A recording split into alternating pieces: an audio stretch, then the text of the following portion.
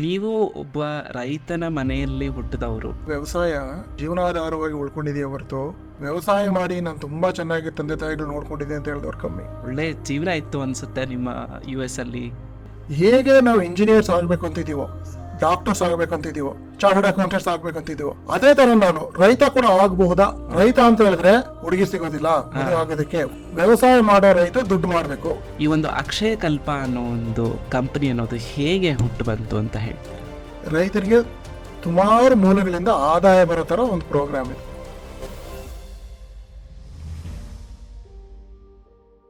ಆದಿವಾಸ್ ಪಾಡ್ಕಾಸ್ಟ್ನ ಕನ್ನಡದ ಈ ಎಪಿಸೋಡ್ನಲ್ಲಿ ಅಕ್ಷಯ ಕಲ್ಪ ಆರ್ಗ್ಯಾನಿಕ್ ಅನ್ನೋ ಭಾರತದ ಮೊದಲ ಸರ್ಟಿಫೈಡ್ ಆರ್ಗ್ಯಾನಿಕ್ ಡೈರಿ ಉದ್ಯಮದ ಹಿಂದಿನ ಬೆಂಬಲ ಮತ್ತು ಶಕ್ತಿ ಶಶಿಕುಮಾರ್ ಅವರ ಜೊತೆ ಮಾತಾಡ್ತಿದ್ದೀವಿ. ಟೆಲಿಕಮ್ಯುನಿಕೇಶನ್ ಕ್ಷೇತ್ರದಲ್ಲಿ ತಮ್ಮ ವೃತ್ತಿ ಜೀವನ ಬಿಟ್ಟು ಆರ್ಗ್ಯಾನಿಕ್ ಡೈರಿ ಫಾರ್ಮಿಂಗ್ ಮತ್ತು ಪುನರುತ್ಪಾದಕ ಕೃಷಿ ಅಂದ್ರೆ ರೀಜನರೇಟಿವ್ ಫಾರ್ಮಿಂಗ್ ನಲ್ಲಿ ಅವ್ರನ್ನ ತೊಡಗಿಸ್ಕೊಂಡು ಯಶಸ್ವಿ ಸಂಸ್ಥೆಯನ್ನ ಕಟ್ಟಿರೋ ಶಶಿ ಅವರ ಪ್ರಯಾಣ ನಿಜವಾಗ್ಲೂ ಪ್ರೋತ್ಸಾಹಕರ.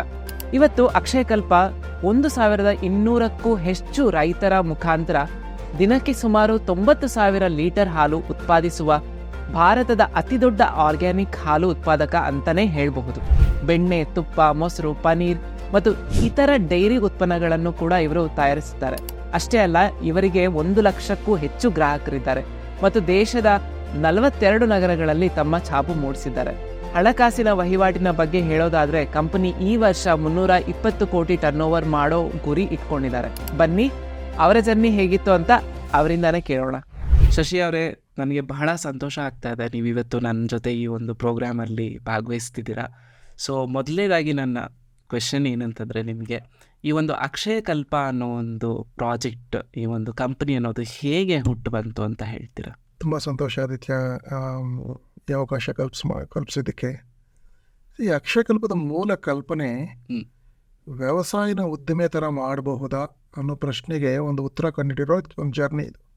ಈಗ ಏನಾಗಿದೆ, ವ್ಯವಸಾಯ ಬರೀ ಲೈವ್ಲಿಹುಡ್ ಅಂದರೆ ಜೀವನಾಧಾರವಾಗಿ ಉಳ್ಕೊಂಡಿದೆಯೇ ಹೊರತು ಇದರಲ್ಲಿ ಯಾರು ವ್ಯವಸಾಯ ಮಾಡಿ ದುಡ್ಡು ಮಾಡಿದೆ ಅಂತ ಹೇಳಿದವ್ರು ತುಂಬ ಕಮ್ಮಿ.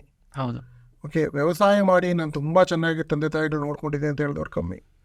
ವ್ಯವಸಾಯ ಮಾಡಿ ನಾನು ತುಂಬ ಮನೆಗೆ ಚೆನ್ನಾಗಿ ಮಾಡ್ಕೊಂಡಿದ್ದೀನಿ ಅಂತ ಹೇಳಿದವ್ರು ಕಮ್ಮಿ. ವ್ಯವಸಾಯನ ಮಾಡ್ತಿರ್ತಾರೆ, ಬೇರೆ ಅಲೈಡ್ ಆ್ಯಕ್ಟಿವಿಟೀಸಿಂದ ದುಡ್ಡು ಮಾಡಿಕೊಂಡು ಮಾಡ್ತಿರೋದು ತುಂಬ ಜನ ಇದ್ದಾರೆ, ಇಲ್ಲ ಅಂತ ಹೇಳ್ತಿಲ್ಲ. ಬಟ್ ವ್ಯವಸಾಯನ ಆಧಾರ ಇಟ್ಕೊಂಡು ಓಕೆ ಒಂದು ದೊಡ್ಡ ಪ್ರಮಾಣದಲ್ಲಿ ಓಕೆ ಭೂಮಿ ನೋಡೋಣ, ಎಷ್ಟು ಭೂಮಿ ಇದೆ ಯೋಚನೆ ಮಾಡೋಣ. ಅದೇ ದೊಡ್ಡ ಪ್ರಮಾಣದಲ್ಲಿ ವ್ಯವಸಾಯ ಮಾಡ್ಬೋದಾ, ಅದು ಉದ್ದಿಮೆ ಥರ ಮಾಡಬಹುದಾ, ಅದೇ ಅಕ್ಷಯ ಕಲ್ಪದ ಮೂಲ ಕಲ್ಪನೆ. ಸೊ ಇದನ್ನು ಸುಮಾರು 13 ವರ್ಷದಿಂದ ಸುಮಾರು 1,200 ಜನ ರೈತರ ಜೊತೆ ಕೆಲಸ ಮಾಡಿದ್ದೀವಿ. 1,200 ರೈತರು ಆವರೇಜ್ ಮಂತ್ಲಿ ರೆವಿನ್ಯೂ ಸಿಗುತ್ತೋ ಓಕೆ 1 ಲಕ್ಷ ರೂಪಾಯಿ. ಓಕೆ, ಆ ಲೆವೆಲ್ಗೆ ತೊಗೊಂಡೋಗಿದ್ದೀವಿ. ಅರ್ಲಿ ಸ್ಟಾರ್ಟ್ ಮಾಡಿದ್ರೆ ಸ್ವಲ್ಪ ಜಾಸ್ತಿ ಅರ್ನ್ ಮಾಡ್ತಾರೆ, ಮೊದಲು ಸ್ಟಾರ್ಟ್ ಮಾಡಿದವ್ರು ಕಮ್ಮಿ ಅರ್ನ್ ಮಾಡ್ತಾರೆ. ಡೈರಿ, ಸಾವಯವ ಡೈರಿನ ಉಪಯೋಗಿಸ್ಕೊಂಡು ಈ ಥರ ಮಾಡಿದ್ದೀವಿ ನಾವು. ಸಾವಯವ ಡೈರಿ ಜೊತೆ ಸ್ವಲ್ಪ ಜೇನು ಸಾಕಣೆ, ಸ್ವಲ್ಪ ಬ್ಯಾಕ್ ಎಂಡ್ ಪೌಲ್ಟ್ರಿ, ಸ್ವಲ್ಪ ಮೊಟ್ಟೆ ಉತ್ಪಾದನೆ, ಓಕೆ, ಆಮೇಲೆ ಸ್ವಲ್ಪ ಬನಾನಾ, ಓಕೆ, ಆಮೇಲೆ ಸ್ವಲ್ಪ ತೆಂಗು, ಇದನ್ನೆಲ್ಲ ಸ್ವಲ್ಪ ಅಳವಡಿಸಿ ರೈತರಿಗೆ ಸುಮಾರು ಮೂಲಗಳಿಂದ ಆದಾಯ ಬರೋ ಥರ ಒಂದು ಪ್ರೋಗ್ರಾಮ್ ಇದು. Okay, great.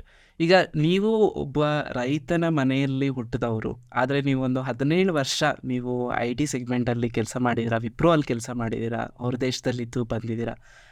ಅಂದರೆ ನೀವು ಯಾಕೆ ಈ ಒಂದು ಸಡನ್ ಶಿಫ್ಟ್ ಆಯಿತು ನಿಮಗೆ ಮತ್ತೆ ವಾಪಸ್ ಇಲ್ಲಿ ಬರಬೇಕು ಅಂತಂದ್ಬಿಟ್ಟು? ನೀವು ಅಂದರೆ ಒಳ್ಳೆ ಜೀವನ ಇತ್ತು ಅನಿಸುತ್ತೆ ನಿಮ್ಮ US ಅಲ್ಲಿ. ನಾವು ಏನು ಅರ್ಥ ಮಾಡ್ಕೋಬೇಕಪ್ಪ ಅಂದರೆ, ಇವತ್ತು ಯಾರಾದರೂ ಒಂದು ಹಳ್ಳಿ ಮತ್ತು ವ್ಯವಸಾಯದ ಮನೆಯಲ್ಲಿ ಹುಟ್ಟಿದ್ದಾರೆ, ಮಗು ಹುಟ್ಟಿದೆ ಅಂದರೆ ತಂದೆ ತಾಯಿಗಳ ಒಂದೇ ಆಶಯ ಏನಪ್ಪ ಅಂದರೆ ಓದ್ಕೊಂಡು ಹಳ್ಳಿ ಬಿಟ್ಬಿಟ್ಟು ಹೋಗ್ಬಿಟ್ಟು ಎಲ್ಲಾದ್ರೂ ಸೆಟ್ಲ್ ಆಗಬೇಕು ಅಂತ. ಸೊ ನಾನು ಅದಕ್ಕೇನು ಹೊರತಲ್ಲ. ನಾನು ಹುಟ್ಟಿದಾಗ ನಮ್ಮಪ್ಪ ಹೇಳಿದ್ದದೆ, ವ್ಯವಸಾಯಕ್ಕಂತೂ ಖಂಡಿತ ಬಡಬೇಡಪ್ಪ, ನಮಸ್ಕಾರ, ನಾವು ಪಟ್ಟಿರೋ ಬಾಧೆ ಸಾಕು, ನೀನು ಚೆನ್ನಾಗಿ ಓದ್ಕೊಂಡು ಇಂಜಿನಿಯರ್ ಆಗಿಬಿಡು. ಯಾಕೆ ನನಗೆ ಇಂಜಿನಿಯರ್ ಎಲ್ಲೋ ಕಾಣ್ತಾ ಇದ್ದ, ಬೆಂಗಳೂರಲ್ಲಿ ದುಡ್ಡು ಮಾಡೋನು ಕಾಣ್ತಾ ಇದ್ದ, ಅವ್ನು ಇಂಜಿನಿಯರ್ ಆಗಬೇಕು ಅಂತ. ನಾನು ಇಂಜಿನಿಯರ್ ಆದೆ, ನನಗೇನು ಇಂಜಿನಿಯರಿಂಗ್ ಸ್ಕಿಲ್ಸ್ ಇತ್ತು ಅಂತಲ್ಲ. ಯಾಕೆ ನಮ್ಮಪ್ಪ ಹೇಳಿದೆ, ಅದಕ್ಕೆ ಮಾಡಿದೆ. ಬೇಕಾದ್ರೆ ನಮ್ಮಪ್ಪ ನನಗೆ ವ್ಯವಸಾಯ ಮಾಡೋದು ಬಿಡಿಲ್ಲ. ತುಂಬ ಸಿಂಪಲ್ ಇದು. ಅದೇ ಥರ ಪ್ರತಿ ಹಳ್ಳಿಗಳಲ್ಲೂ ಇವತ್ತು ಆಗ್ತಾ ಇದೆ. ಸೊ ಇದು ಯಾಕೆ ಅಂತ, ಇದನ್ನು ಯಾಕೆ ಬದಲಾಯಿಸಬಾರ್ದು ಅಂತ. ಹೇಗೆ ನಾವು ಇಂಜಿನಿಯರ್ಸ್ ಆಗಬೇಕು ಅಂತಿದ್ದೀವೋ, ಡಾಕ್ಟರ್ಸ್ ಆಗಬೇಕು ಅಂತಿದ್ದೀವೋ, ಚಾರ್ಟರ್ಡ್ ಅಕೌಂಟೆಂಟ್ಸ್ ಆಗಬೇಕು ಅಂತಿದ್ದೀವೋ, ಅದೇ ಥರ ನಾನು ರೈತ ಕೂಡ ಆಗಬಹುದಾ ಅನ್ನೋದನ್ನ ಒಂದು ಸೆಕ್ಸಿ ಥರ ಆಗಬೇಕದು. ಓಕೆ, ಸೊ ಇವತ್ತದು it is not very fashionable ಅಲ್ಲ ಅದು. ಹೌದು. ರೈತ ಅಂತ ಹೇಳಿದ್ರೆ ಓಕೆ ಹುಡುಗಿ ಸಿಗೋದಿಲ್ಲ ಮದುವೆ ಆಗೋದಕ್ಕೆ ಫಸ್ಟ್ ಕಾರಣ. ಹೌದು. ಓಕೆ, ನಮ್ಮ ಕೋಸ್ಟಲ್ ಬೆಲ್ಟ್ ಕಷ್ಟ ಪಡ್ತಾ ಇದಾರೆ, ಒಳ್ಳೆ ರೈತರು ಇದಾರೆ, ಹೆಣ್ಮಕ್ಳು ಸಿಗೋದಿಲ್ಲ ಅವ್ರಿಗೆ ಮದುವೆ ಆಗೋದಕ್ಕೆ. ಓಕೆ, ಆಮೇಲೆ ದುಡ್ಡಿಲ್ಲ. ಓಕೆ, ಆಮೇಲೆ ಸುಮಾರು ತೊಂದರೆಗಳು, ಏನೋ ಮಳೆ ಇಲ್ಲ, ಓಕೆ, ಸುಮಾರು ಪೆಸ್ಟ್ಸ್ ಬರ್ತಾ ಇದೆ, ಏನು ಅವ್ನಿಗೆ ಸಹಾಯಗಳು ಏನು ಇಲ್ಲ, ಆ ಥರ ಸಿಚುವೇಶನ್ ಬಂದ್ಬಿಟ್ಟಿದ್ದಾನೆ. ಸೊ ಅದು ನನ್ನ ಬ್ಯಾಕಪ್ ಮೈಂಡಲ್ಲಿ ಇತ್ತದು ಸುಮಾರು ವರ್ಷದಿಂದ, ಇದು ಚೇಂಜ್ ಮಾಡ್ಬೋದಾ ಅಂತ. ಅದಕ್ಕೊಂದು ಉತ್ತರ ಅಕ್ಷಯಕಲ್ಪ. ಅದಕ್ಕೆ ಸುಮಾರು ಫೋಕಸ್ ಗ್ರೂಪ್ ಆಫ್ ಫಾರ್ಮರ್ಸ್ ಅಲ್ಲಿ ಕೆಲಸ ಮಾಡ್ತಿದ್ವಿ. ಯಾರು ಸುಮಾರು ಎಷ್ಟೊಂದು ಜನ ಗೊತ್ತಿಲ್ಲ, ಸುಮಾರು ಜನ ಅಕ್ಷಯಕಲ್ಪದಲ್ಲಿ ರೈತರು ಇದಾರಲ್ಲ, ಅವರೆಲ್ಲ ಬೆಂಗಳೂರಲ್ಲಿ ಒಳ್ಳೆ ಮನೆತನಗಳಿಂದ, ವ್ಯವಸಾಯದ ಮನೆತನಗಳಿಂದ ಬಂದವರು. ಅವರೆಲ್ಲ ನೆಲ ಬಿಟ್ಬಿಟ್ಟು ಕ್ಯಾಬ್ ಡ್ರೈವರ್ಸ್ ಆಗಿದವ್ರು. ಮತ್ತೆ ಅವ್ರನ್ನ ವಾಪಸ್ ಕರ್ಕೊಂಡು ಸುಮಾರು ಚೇಂಜಸ್ ಮಾಡಿದೀವಿ. ಯಾರಿಗಾದ್ರೂ ಆ ಥರ ಬಂದ ಅವ್ರನ್ನ ಮೀಟ್ ಮಾಡ್ಬೇಕಂತಿದ್ರೆ ದಯವಿಟ್ಟು ಬನ್ನಿ, ತಿಪ್ಟೂರೆಲ್ಲ ರೈತರನ್ನ ಮೀಟ್ ಮಾಡಿ ಅರ್ಥ ಮಾಡ್ಕೊಳ್ಳಿ ಏನ್ ಮಾಡ್ಬೋದು ಅಂತ. ಗ್ರೇಟ್. ಬಟ್ ಈಗ ಈ ಒಂದು ಯುವಕರಲ್ಲಿ ಒಂಥರ ಮೈಂಡ್ ಸೆಟ್ ಇದೆ, ನೀವು ಹೇಳ್ದಂಗೆ it is not sexy and cool enough to be a farmer anymore. So ಹಾಗಿರುವಾಗ ನಮ್ಮಲ್ಲಿ ಯಾವ ಥರ ಪ್ರೋಗ್ರಾಮ್ಸ್ ನೀವೇನಾದ್ರು ಹಮ್ಮಿಕೊಂಡಿದ್ದೀರಾ ಅದನ್ನ ಆ ಒಂದು ಪ್ಯಾರಾಡೈಮ್ ಶಿಫ್ಟ್ ಮಾಡಲಿಕ್ಕೆ? ಈ ಬದಲಾವಣೆ ಆಗಬೇಕು ಅಂದ್ರೆ ಇದರಲ್ಲಿ ಒಂದೇ ಉತ್ತರ ಇದಕ್ಕಿರೋದು, ವ್ಯವಸಾಯ ಮಾಡೋ ರೈತ ದುಡ್ಡು ಮಾಡಬೇಕು. ಹೌದು. ನೀವು ಬೇರೆ ಏನ್ ಸ್ಟೋರಿ ಹೇಳಿದ್ರೂ ಪ್ರಯೋಜನ ಇಲ್ಲ. ಅದು ನೀವು ಪ್ರಾಕ್ಟಿಕಲ್ ಆಗಿ ಮಾಡಿ ತೋರಿಸಿದ್ದೀರಾ. ಕರೆಕ್ಟ್, ಪ್ರಾಕ್ಟಿಕಲ್ ಆಗಿ ಮಾಡಿ ತೋರಿಸ್ಬೇಕು ಅವ್ರಿಗೆ. ಹೌದು. ಆವಾಗ ಮಾತ್ರ ನಂಬಿಕೆ ಬರುತ್ತೆ ವ್ಯವಸಾಯದಲ್ಲಿ ದುಡ್ಡಿದೆ ಅಂತ. ಇವತ್ತು ಯಾರು ವ್ಯವಸಾಯದಲ್ಲಿ ದುಡ್ಡಿದೆ ಅಂತ ನಂಬಿಕೆ ಉಳ್ಕೊಂಡಿಲ್ಲ. ಅದನ್ನ ಬದಲಾವಣೆ ಆಗಬೇಕು. ಬದಲಾವಣೆ ಏನಾಗುತ್ತೆ ಅಂದ್ರೆ ಭಾಷಣದಿಂದ ಆಗೋದಿಲ್ಲ, ರೈತರ ಜೊತೆ ನಿಂತ ಕೆಲಸ ಮಾಡಿದಾಗ ಮಾತ್ರ ಆಗುತ್ತೆ.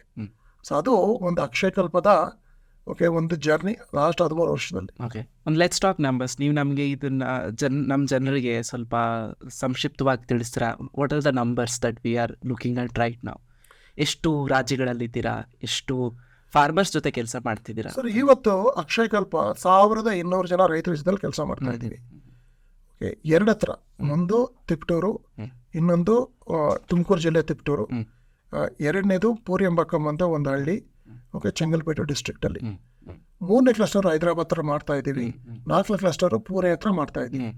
ಸೊ ಇದರಲ್ಲಿ ಒಟ್ಟು 1200 ಜನ ರೈತರು ಇನ್ವಾಲ್ವ್ ಆಗಿದ್ದಾರೆ 13 ವರ್ಷದಲ್ಲಿ. ತುಂಬಾ ಕಮ್ಮಿ ಜನ, ಜಾಸ್ತಿ ತುಂಬಾ ದೊಡ್ಡ ಪ್ರೋಗ್ರಾಮ್ ಏನೂ ಅಲ್ಲ. ಆದ್ರೆ ಈ 1200 ಜನ ರೈತರು ಅಟೆನ್ ಆವರೇಜ್ ಓಕೆ 1 ಲಕ್ಷ ರೂಪಾಯಿ ತಿಂಗಳ ದುಡಿತಾ ಇದ್ದಾರೆ. ಅದು ತುಂಬಾ ಮುಖ್ಯ.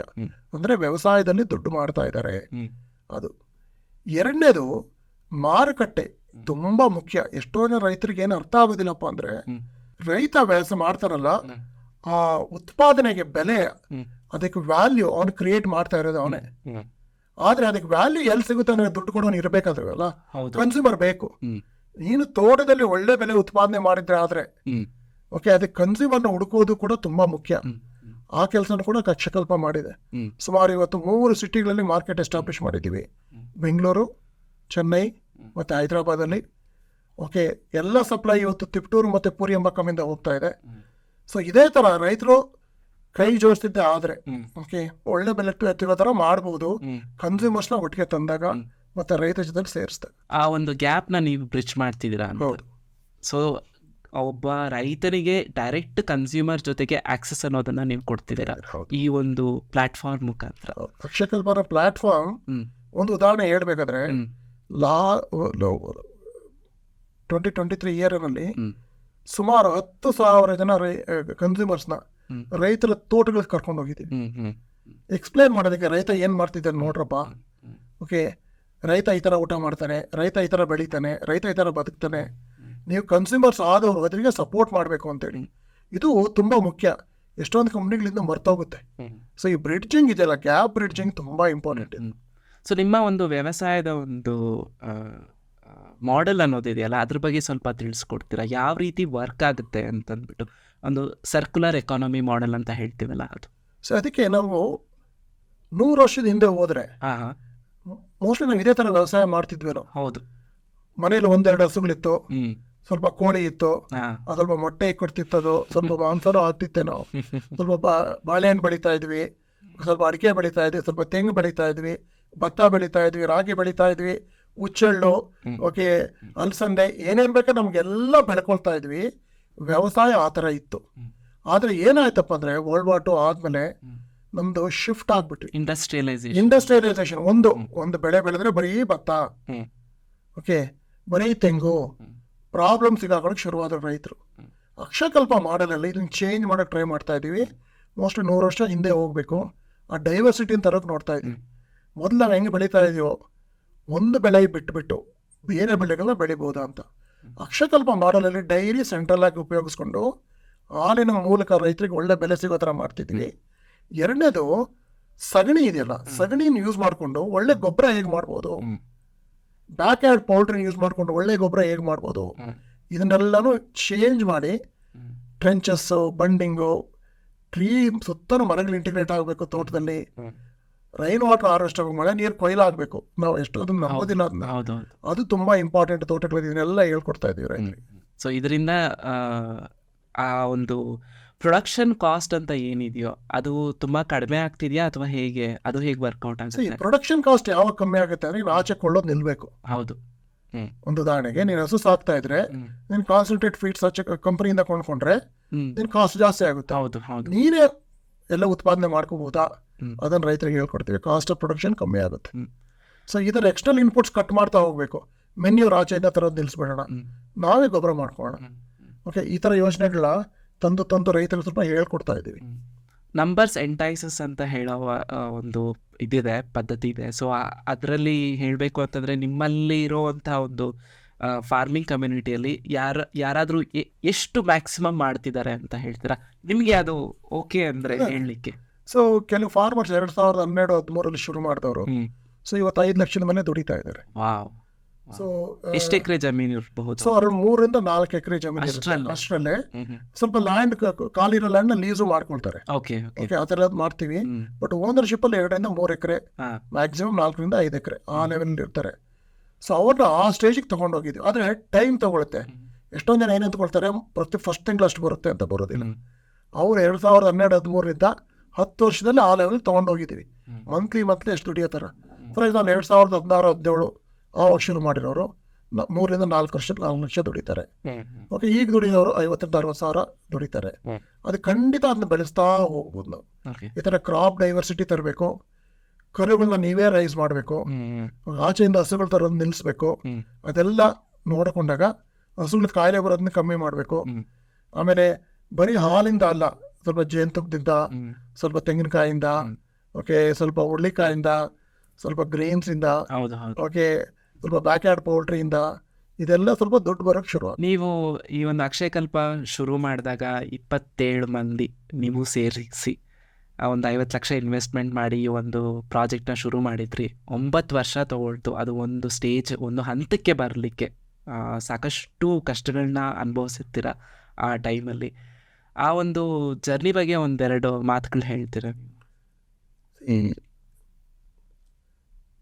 ಇನಿಷಿಯಲಿ ಶುರು ಮಾಡಿದಾಗ ನಾನು ಇಷ್ಟೊಂದು ಕಷ್ಟಗಳು ಸಿಗಾಕೊಳ್ತೀವಿ ಅಂತ ನಾವು ಅಂದ್ಕೊಂಡಿರ್ಲಿಲ್ಲ. ಎಲ್ಲ ನಾವು ಅಂದ್ಕೊಂಡಾಗ ಆಗುತ್ತೆ ಅಂದ್ಕೊಂಡ್ವಿ. ಅದೊಂಥರ ಎಕ್ಸೈಟಿಂಗ್ ಫೇಸ್ ಅಲ್ವಾ? ಅದೆಲ್ಲ ಎಕ್ಸೈಟಿಂಗ್ ಫೇಸ್. ಇನಿಷಿಯಲಿ ಅದು ಎಲ್ಲರೂ ಹಂಗೆ ಅಂದ್ಕೊಳ್ತಾರೆ. ಆದರೆ ಅದು ಡೀಪಾಗಿ ನಾವು ಹೋಗ್ತಾ ಅರ್ಥ ಆಗುತ್ತೆ. ನೀನು ಅಂದ್ಕೊಂಡಿದ್ದಲ್ಲಿ ಸ್ವಲ್ಪ ಓಡಲಿಲ್ಲ, ರಿಯಾಲಿಟಿ ತುಂಬ ಡಿಫ್ರೆಂಟು, ವಾಸ್ತವತೆ. ಓಕೆ, ಹೋಗ್ತೀವಿ ನಾವು. ಆ ಥರ ವಾಸ್ತವತೆ ಅಡ್ಜಸ್ಟ್ಮೆಂಟ್ ನಾವು ಮಾಡ್ತಾ ಹೋದ್ವಿ. ಆದರೆ ಆ 9 ವರ್ಷದ ಜರ್ನಿ ಯಾವ ಥರ ಇತ್ತಪ್ಪ ಅಂದರೆ 6 ಸಾರಿ ಕಂಪ್ನಿ ಆಲ್ಮೋಸ್ಟ್ ಮುಚ್ಕೊಳ್ಳೋ ಸ್ಟೇಜಿಗೆ ಹೋಗಿತ್ತು. ಆ ಸ್ಟೇಜಿಗೆ ಹೋಗಿತ್ತು. ಇನಿಷಿಯಲಿ 40-50 ಲಕ್ಷ ದುಡ್ಡು ಕೊಟ್ಟಿದ್ದ ಸ್ನೇಹಿತರೆ, ಓಕೆ, ಆ 9 ವರ್ಷನೂ ಯಾವಾಗ ತೊಂದರೆ ಬಂತೋ ಅವಾಗೆಲ್ಲ ದುಡ್ಡು ಕೊಡ್ತಾ ಹೋದವರು. ಸ್ವಲ್ಪ ಸಪೋರ್ಟ್ ಮಾಡಿ ಹಂಗೆ ಸಂಸ್ಥೆ ಹಂಗೆ ಕಟ್ಟಿದ್ವಿ. ಓಕೆ, ನೀವು ಈಗ ಈ ಒಂದು ಕಂಪನಿಯ ಒಂದು ಫಂಡಿಂಗ್ ಬಗ್ಗೆ ಹೇಳ್ತೀರಾ? ಯಾವ್ಯಾವ ರೀತಿ ಹೇಗೆ ಆಗ್ತಿದೆ, ಇನ್ನು ಮುಂದಕ್ಕೆ ಏನು ನೋಡ್ತಿದ್ದೀರಾ? What is your vision for next 5 years? ಅಂದರೆ ಇನ್ನೊಂದು 5 ವರ್ಷಕ್ಕೆ ನಿಮ್ಮ ವಿಷನ್ ಏನಿದೆ ಈ ಒಂದು ಪ್ರಾಜೆಕ್ಟ್ಗೆ ಅಂತ? ವಿಷನ್ ದೃಷ್ಟಿಯಲ್ಲಿ ಹೇಳಿದ್ಮೇಲೆ ಸ್ಕೇಲ್ ಅನ್ನೋದನ್ನ ತುಂಬ ಮುಖ್ಯ ಆಗುತ್ತೆ. ಬಟ್ ಸ್ಕೇಲ್ ಏನು ಅಂತ ನಾವು ಡಿಫೈನ್ ಮಾಡಬೇಕು. ಹೌದು. ಒಂದು ಉದಾಹರಣೆಗೆ, ಎಕ್ಸಿಸ್ಟಿಂಗ್ ತೋಟದಲ್ಲೇ ಜಾಸ್ತಿ ಉತ್ಪಾದನೆ ತರಬೇಕಾ ಅಥವಾ ಇನ್ನು ಜಾಸ್ತಿ ರೈತರನ್ನ ಆ್ಯಡ್ ಮಾಡಬೇಕಾ ಪ್ರಶ್ನೆ. ಓಕೆ, ನಾವು ಯಾವ ಥರ ನೋಡ್ತಾ ಇದ್ದೀವಿ ಅಂದರೆ, ಎಕ್ಸಿಸ್ಟಿಂಗ್ ತೋಟಗಳು ಯಾರೋ ರೈತರ ಜೊತೆ ನಾವು ಕೆಲಸ ಮಾಡ್ತಾ ಇದ್ದೀವೋ ಅದನ್ನು ಡೈವರ್ಸಿಫೈ ಮಾಡಬೇಕು ಅಂತಿದ್ದೀವಿ. ಒಂದು ಉದಾಹರಣೆಗೆ, ಬ್ಯಾಕ್ ಯಾರ್ಡ್ ಪೌಲ್ಟ್ರಿ ಸ್ವಲ್ಪ ಡೈವರ್ಸಿಫೈ ಮಾಡೋಣ, ಬನಾನಾ ಸ್ವಲ್ಪ ಡೈವರ್ಸಿಫೈ ಮಾಡೋಣ, ಓಕೆ, ಜೇನುತುಪ್ಪ ಸ್ವಲ್ಪ ಡೈವರ್ಸಿಫೈ ಮಾಡೋಣ. ಈ ಥರ ಯೋಚನೆ ಮಾಡ್ತಾ ಇದ್ದೀವಿ. ಇದು ಒಂದು ದೃಷ್ಟಿ ಸ್ಕೇಲಲ್ಲಿ. ನೆಕ್ಸ್ಟ್ 5 yearsಲ್ಲಿ ಈಗಿರೋ ರೈತರು 1200 ಜನ ರೈತರು ಡಬಲ್ ಆಗ್ಬೋದಾ ಅವ್ರ ಇನ್ಕಮ್, ಅದನ್ನು ನೋಡ್ತಾ ಇದ್ದೀವಿ. ಅದು ಒಂದು ಡೈಮೆನ್ಷನ್ ಸ್ಕೇಲ್ಗೆ, ಅಂದರೆ ಈಗ ದೊಡ್ಡ 5 ವರ್ಷದಲ್ಲಿ. ನೆಕ್ಸ್ಟ್ ಡೈಮೆನ್ಷನ್ ಏನಪ್ಪ ಅಂದರೆ ಎಷ್ಟು ಜನ ಅಡಿಷನಲ್ ಫಾರ್ಮರ್ಸ್ ತರ್ಬೋದು. ಒಂದು ಉದಾಹರಣೆಗೆ ಚೆಂಗಲ್ಪೆಟ್ಟು ಕ್ಲಸ್ಟರಲ್ಲಿ ಅಥವಾ ಹೈದರಾಬಾದ್ ಕ್ಲಸ್ಟರಲ್ಲಿ, ಪುಣೆ ಕ್ಲಸ್ಟರಲ್ಲಿ ಹೊಸ ರೈತರನ್ನ ಇನ್ವಾಲ್ವ್ ಮಾಡ್ತಾ ಹೋಗಬೇಕು. ಅದು ಒಂದು ಗುರಿ ಇದೆ. ಪ್ರಾಬ್ಲಮ್ ಇನ್ನೊಂದು 5 ವರ್ಷದಲ್ಲಿ ಇವತ್ತೊಂದು 1200 ಜನ ಕೆಲಸ ಮಾಡ್ತಿದ್ದೀವಿ. ಇನ್ನೊಂದು 5 ವರ್ಷದಲ್ಲಿ ಪವರ್ ಇನ್ನೊಂದು 1200 ಜನ ಆ್ಯಡ್ ಮಾಡ್ತೀವಿ. ಒಟ್ಟು ಒಂದು 2500-3000 ಜನ ರೈತರು. ಓಕೆ, ಇನ್ನೊಂದು 5 ವರ್ಷದಲ್ಲಿ we want almost work with them and change their live. Yes ಈ ಒಂದು ವಿಷನ್ನ ನೀವು ಪೂರೈಸಲಿಕ್ಕೆ ಸಾಕಷ್ಟು ಹರ್ಡಲ್ಸು ಅದು ಎಲ್ಲ ಆಗಿದೆ. ಬಟ್ ಅದ್ರ ಜೊತೆಗೆ ಕೂಡ ಒಂದು ಸಕ್ಸಸ್ಫುಲ್ಲು ಮತ್ತು ಇನ್ನೊಂದು ಒಂದು ಒಳ್ಳೆ ವಿಷಯ ಏನಾಗಿದೆ ಅಂತಂದರೆ 2 ಬಾರಿ ನೀವು ಆಲ್ರೆಡಿ ಫಂಡಿಂಗ್ನ ಬಂದಿದೆ ನಮ್ಮ ಅಕ್ಷಯಕಲ್ಪ ಕಂಪನಿ. ಸೊ ಅದ್ರ ಬಗ್ಗೆ ಒಂದೆರಡು ಮಾತುಗಳು ಹೇಳ್ತೀರಾ? ಯಾರು, ಹೇಗಾಯಿತು? ಸೊ 2019ರಲ್ಲಿ ನಾವು ಮೊದಲು ಫಂಡ್ ರೈಸ್ ಮಾಡಿದ್ರು. ಆ ಮೊದಲು 9 ವರ್ಷದಲ್ಲಿ ನಾವು ಮಾಡೋ ಕೆಲಸ ಯಾರಿಗೂ ಅರ್ಥ ಆಗ್ತಿರ್ಲಿಲ್ಲ. ಓಕೆ, ನಾವು ಪ್ರಾಡಕ್ಟ್ ಬಿಲ್ಡ್ ಮಾಡೋದೇ ತುಂಬ ಟೈಮ್ ತೊಗೊಂಡ್ವಿ.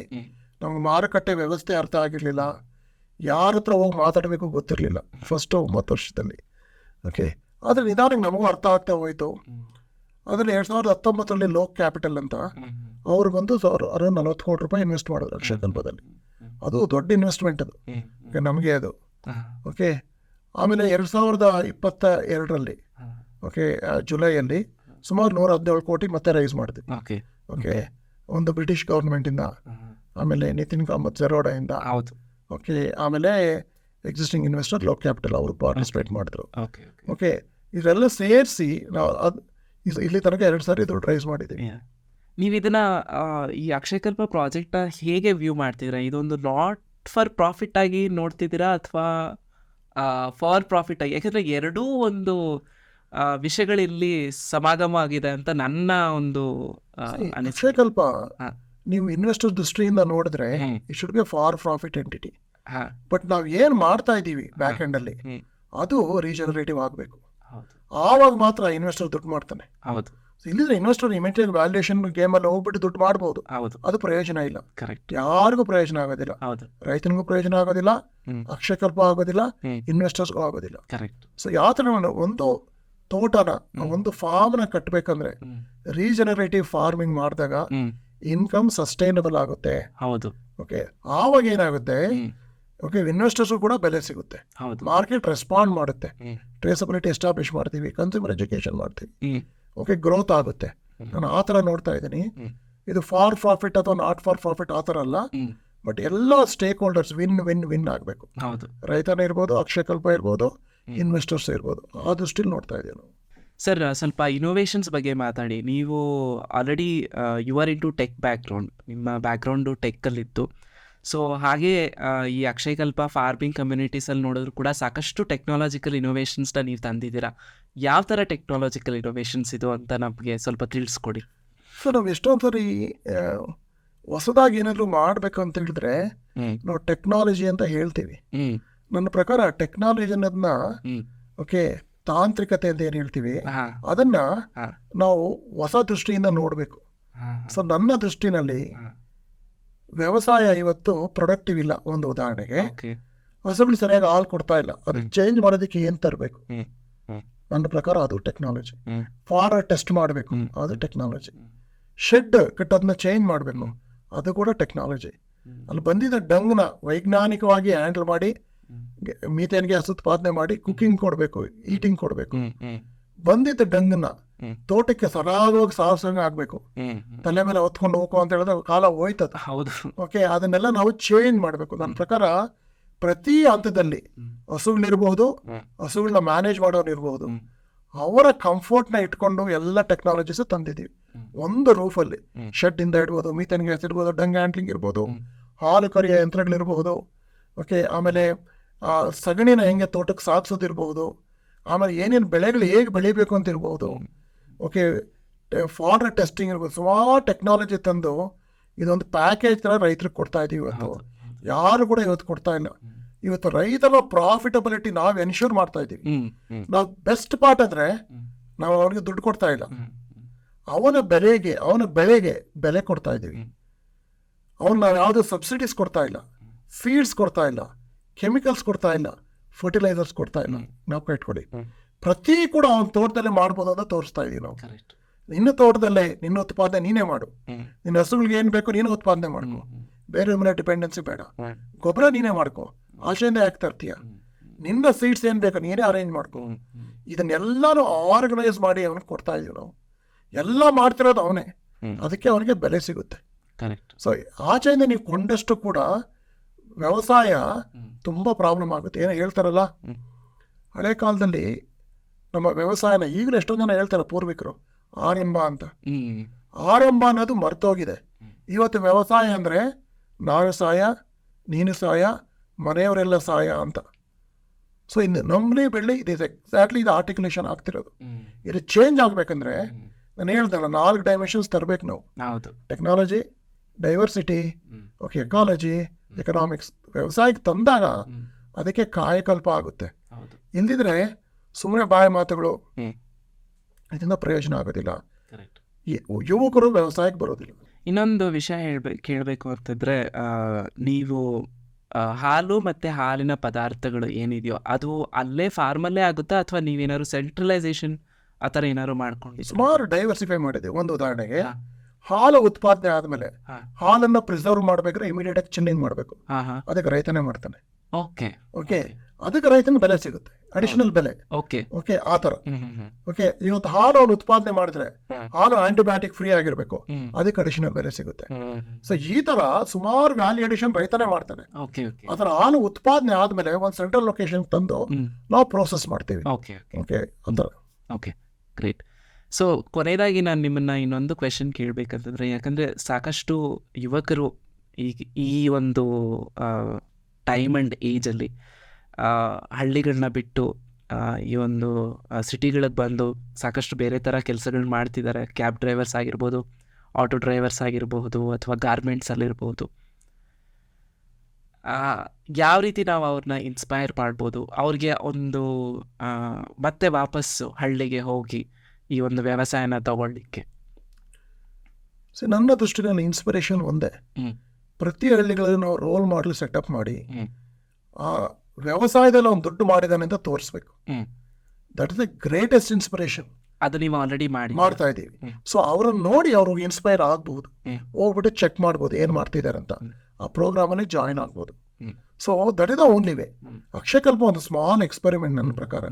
ಈ ಥರ ಸಾವಿರಾರು ಎಕ್ಸ್ಪೆರಿಮೆಂಟ್ಸ್ ಆದಾಗ ನಮ್ಮ ದೇಶದಲ್ಲಿ ವ್ಯವಸಾಯಕ್ಕೆ ಒಂದು ಕಾಯಕಲ್ಪ ಬರುತ್ತೆ. ಹ್ಮ್. ಇಲ್ಲದಿದ್ರೆ ನಾವು ಯಂಗ್ಸ್ಟರ್ಸ್ನ ಇನ್ಸ್ಪೈರ್ ಮಾಡೋಕ್ಕಾಗೋದಿಲ್ಲ. ಈಗ ಏನು ಹೇಳ್ತೀವಿ ಕನ್ನಡದಲ್ಲಿ, ಹೇಳ್ತೀವಿ ಹಳ್ಳಿ ಜೀವನ ಸುಂದರ ಅಂತ. ಹ್ಮ್. ಅದಕ್ಕಿಂತ ಮೋಸವಾದ ಸ್ಟೇಟ್ಮೆಂಟ್ ಇನ್ಯಾವುದೂ ಇಲ್ಲ. ಇವತ್ತು ಹಳ್ಳಿ ಜೀವನ ಸುಂದರ ಇಲ್ಲ. ಹಳ್ಳಿ ಜೀವನ ಯಾವ ಸುಂದರ ಆಗುತ್ತೆ ಅಂದರೆ ಕೈಯಲ್ಲಿ ದುಡ್ಡಿದ್ದಾಗ. ಹ್ಮ್. ನಾವು ಅದನ್ನು ಹೇಳ್ತಾ ಇಲ್ಲ. ಅವನು ಆ ದೃಷ್ಟಿಯಲ್ಲಿ ಇಟ್ಕೊಂಡು ಹಳ್ಳಿ ಜೀವನ ಸುಂದರ ಸುಂದರ ಅಂತ ಹೇಳ್ತೀವಿ, ಅವನಿಗೇನು ಸುಂದರವಾಗಿ ಕಾಣ್ತಾ ಇಲ್ಲ ಅಲ್ಲಿ, ಯಾಕಂದರೆ ಕೈಯಲ್ಲಿ ದುಡ್ಡಿಲ್ಲ, ಭ್ರಮನಿರಸನ ಆಗ್ತಾ ಇದೆ. ಸೊ ಅದನ್ನು ಇರೋ ಓಪು ಕಳ್ಕೊಳ್ತಾ ಇದ್ದಾರೆ. ಅದು ಸ್ಟಾಪ್ ಆಗಬೇಕು. ಹಳ್ಳಿ ಜೀವನ ಕಷ್ಟ, ಆದರೆ ಹಳ್ಳಿಗೆ ಹೋಗಿ ನೀನು ಕಷ್ಟಪಟ್ಟು ದುಡ್ದಿದ್ದೆ ಆದರೆ, ಹ್ಮ್. ಈ ಥರ ಸಿಸ್ಟಮಲ್ಲಿ ಕೆಲಸ ಮಾಡಿದ್ದೆ ಆದರೆ, ನೋಡಪ್ಪ ಪೇಟೆಗಿಂತ ಚೆನ್ನಾಗಿ ಬದುಕಬಹುದು ನೀನು, ಅದನ್ನ ಹೇಳ್ಕೊಡ್ಬೇಕು. ಎಸ್ ನಾವು ಸುಳ್ಳುಗಳೆಲ್ಲದನ್ನು ನಿಲ್ಲಿಸ್ಬೇಕು. ಎಸ್ ಎಸ್ ಹಳ್ಳಿ ಜೀವನ ಕೂಡ ಸುಂದರ ಆಗಬಹುದು ಅನ್ನೋ ಒಂದು ಉದ್ದೇಶದಿಂದ ನೀವು ಒಂದು ಅಕ್ಷಯ ಕಲ್ಪನ ಶುರು ಮಾಡಿದ್ದೀರಾ, ಮತ್ತು ಎಷ್ಟೋ ಸಾವಿರಾರು ಜನರಿಗೆ ಆಲ್ರೆಡಿ ಈ ಒಂದು ಕನಸನ್ನ ನನಸಾಗಿ ಮಾಡಿದ್ದೀರಾ, ಹಳ್ಳಿ ಜೀವನ ಸುಂದರ ಅನ್ನೋದು. ಇದರಿಂದ ಸಾಕಷ್ಟು ಜನಕ್ಕೆ ಹೆಲ್ಪ್ ಆಗ್ತಿದೆ, ಬೆನಿಫಿಟ್ ಆಗ್ತಿದೆ. Thank you so much Shashi ಅವರೇ, ನೀವು ಇವತ್ತು ನನ್ನ ಜೊತೆ ಈ ಒಂದು ಪಾಡ್ಕಾಸ್ಟಲ್ಲಿ ಭಾಗವಹಿಸಿದ್ದಕ್ಕೆ ತುಂಬ ತುಂಬ ಧನ್ಯವಾದಗಳು. ತುಂಬ ಸಂತೋಷ Aditya. Thank you. Thank you.